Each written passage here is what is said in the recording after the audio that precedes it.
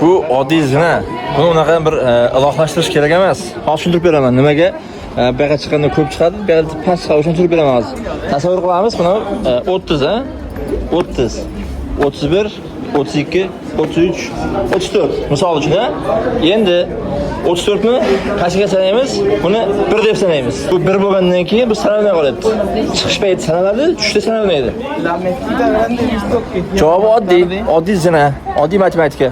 Buni qanday bir alohiylashtirib yuborib, orasida shayton bor ekan, birinza bor ekan, chiqayotganda ko'p chiqdi, qaytganda kam chiqdi deyish kerak emas. Oddiy arifmetika.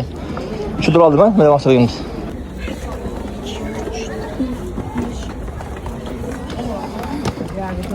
Ma'lumot o'rnida Samarqand shahri Shohizinda ziyoratga qadamiz.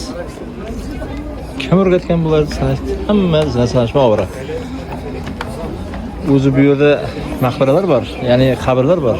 Qabrni ziyorat qilish o'rniga hamma zina sanashma ovora.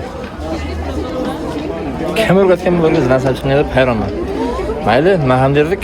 Barchani ziyoratlarini Alloh o'zi qabul qilsin.